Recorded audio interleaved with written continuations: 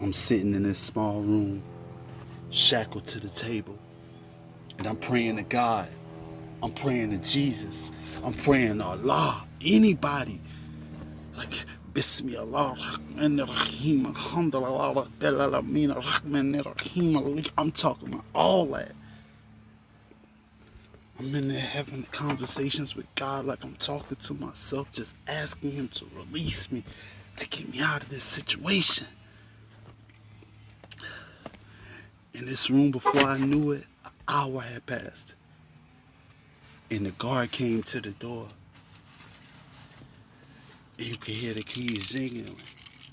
The judge wants to see you at this time. I had so many things running through my mind at this time. I just couldn't fully comprehend or grasp what was taking place. But what I did know is that I needed to prepare myself for whatever the outcome.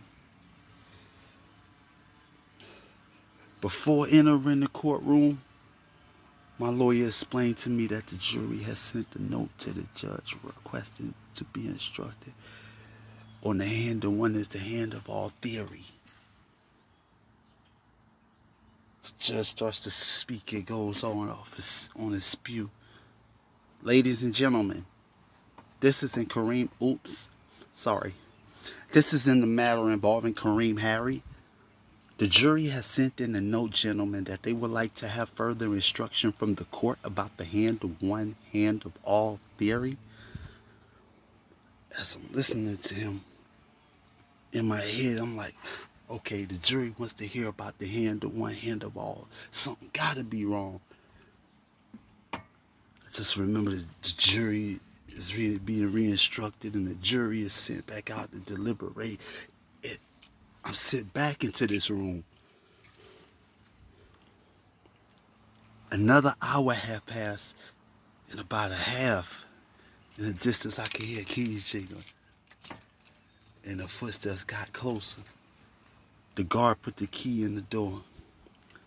It seemed like seconds I was in, I guess because all I was doing was just pleading with God, Jesus, or somebody to bring me out of the situation that I'm in.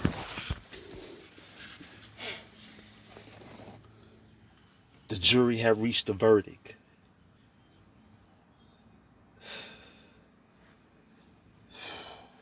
My stomach was in knots.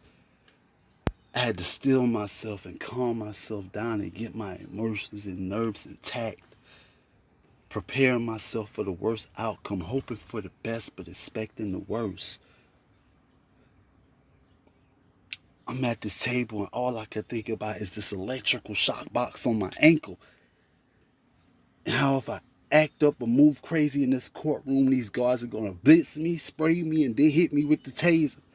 I ain't letting y'all hit me with no taser. Damn, these shoes tight. Look, I wear a size 13, they got me in size 10. Man, I don't even know who pants these is. I mean, I'm talking about this shirt, this smooth. I'm literally in something, an outfit that was stripped off a person that was being sent off to prison at my trial for 31 years. Talk about being draped in the cloak of innocence. The jury walked back in, one behind the other. I know they could feel me searching their faces for any sign, for some sign of compassion or remorse. I just remember clearly this young black male juror just having this smug look on his face like he was just looking down on me. Neither of the jurors, not one of the 12, would make eye contact with me nor look my way. A million feelings was running through my nerves at this time and through my soul as I'm listening to the jury being questioned by the judge about their votes. The jury agreeing it was a unanimous decision And then the judge requesting the jury verdict from the foreperson to pass the verdict up to the clerk of court so that it could be published. It's the time. Okay, I'm going home. It was then my whole body locked up. The clerk began publishing the verdict. Indictment number 2012-GS-26-2938 in the state of South Carolina, county of Horry versus Kareem Harry on the charge of murder. Read the jury by unanimous consent. Find the defendant, Kareem Harry, guilty. Guilty. Valentine's Day, guilty? Finding my way back home ever since.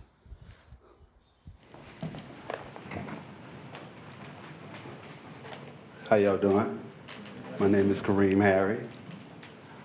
In 2011, I was arrested for murder, and I sat in the county for 2 years. In 2013, I was wrongfully convicted of murder and sentenced to 31 years, a mandatory minimum sentence of 31 years. That was the time.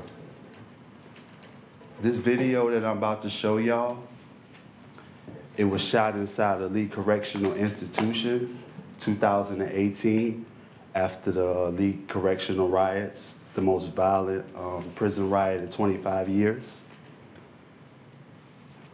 What y'all going to see is someone who's fighting for his freedom, someone who's wrongfully convicted. You know, people looked at me and they said, you know, this guy's in denial. This guy's in denial. He hasn't accepted accountability. But I wasn't guilty.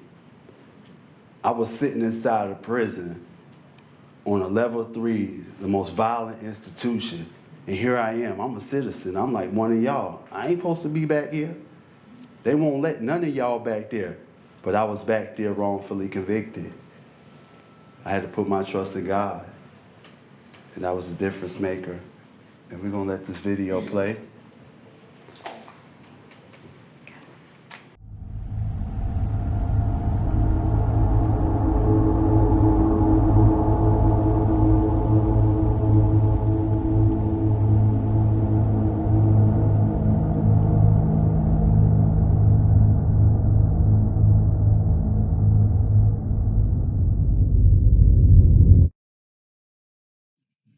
On and on, wrongfully convicted. Sometimes it get really long. Stay in the grave, my children in the home. Ask for forgiveness on my sins every day of atone. Time goes on, long I'm barely trying to find my way back home. Days are long and the nights are long. And all these issues make me strong. But they can never make your thing stop. They can never make my dreams stop. In the midst of battle, never make a king stop. I'm like David with a slingshot. I'm going on. I'm going on. With all that buried, trying to find my way back home. Look to the sky. Listen and don't.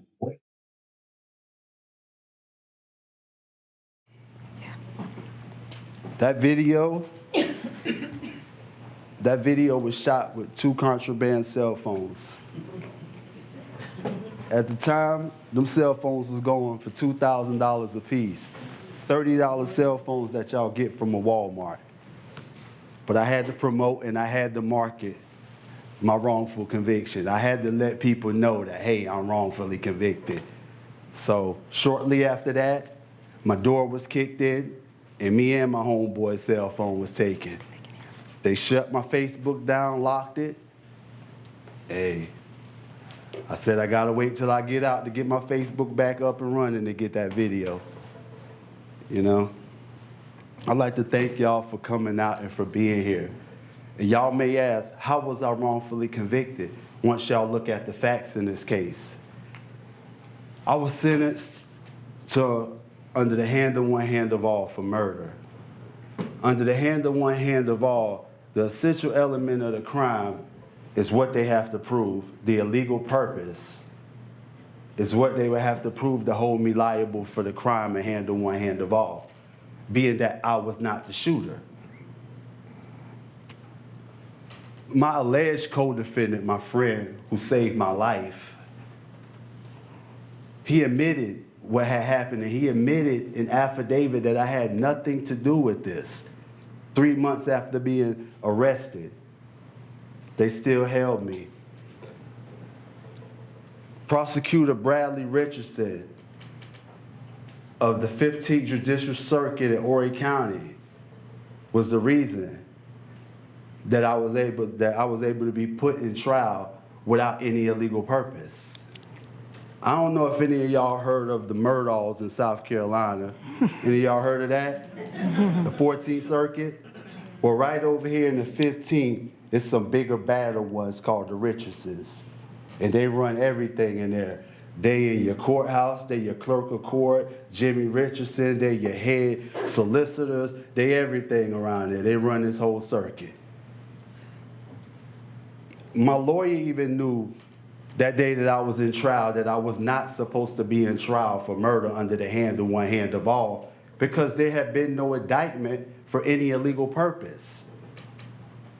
I would have had to have been charged with an armed robbery, kidnapping, or a burglary, something to put me on notice of what I'm supposed to prepare a defense against. What was I doing before this murder occurred? I was never put on notice of what I was to prepare a defense against. So I was never supposed to be at trial without having an indictment for armed robbery, kidnapping, or burglary with the murder. Even the judge knew, Judge Stephen H. John, he even knew I wasn't supposed to be in trial for murder under the hand of one hand of all. He called the prosecutor up and he called my lawyer up in the sidebar out of the hearing of the jury. No one will ever know what was said in there, but I know. What is this guy doing in here under hand of one hand of all without any illegal purpose? That was the question that he had. My lawyer allowed it to continue to go on. The prosecutor, Bradley Coy Richardson, Coy, he was very sly. Everybody and their mother that day knew that I wasn't supposed to be on trial for murder under the hand of one hand of all, except the jury. And people ask, man, how was he wrongfully convicted? Check out the Richardsons in the 15th Judicial Circuit in Horry County. This prosecutor was allowed to commit many Brady violations, like hiding the fact that there was a gun on the scene of the crime that was removed from the victim, alleged victim, that was removed by the victims.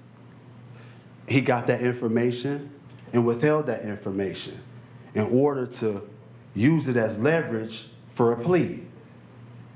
So the principal, the one who did the shooting,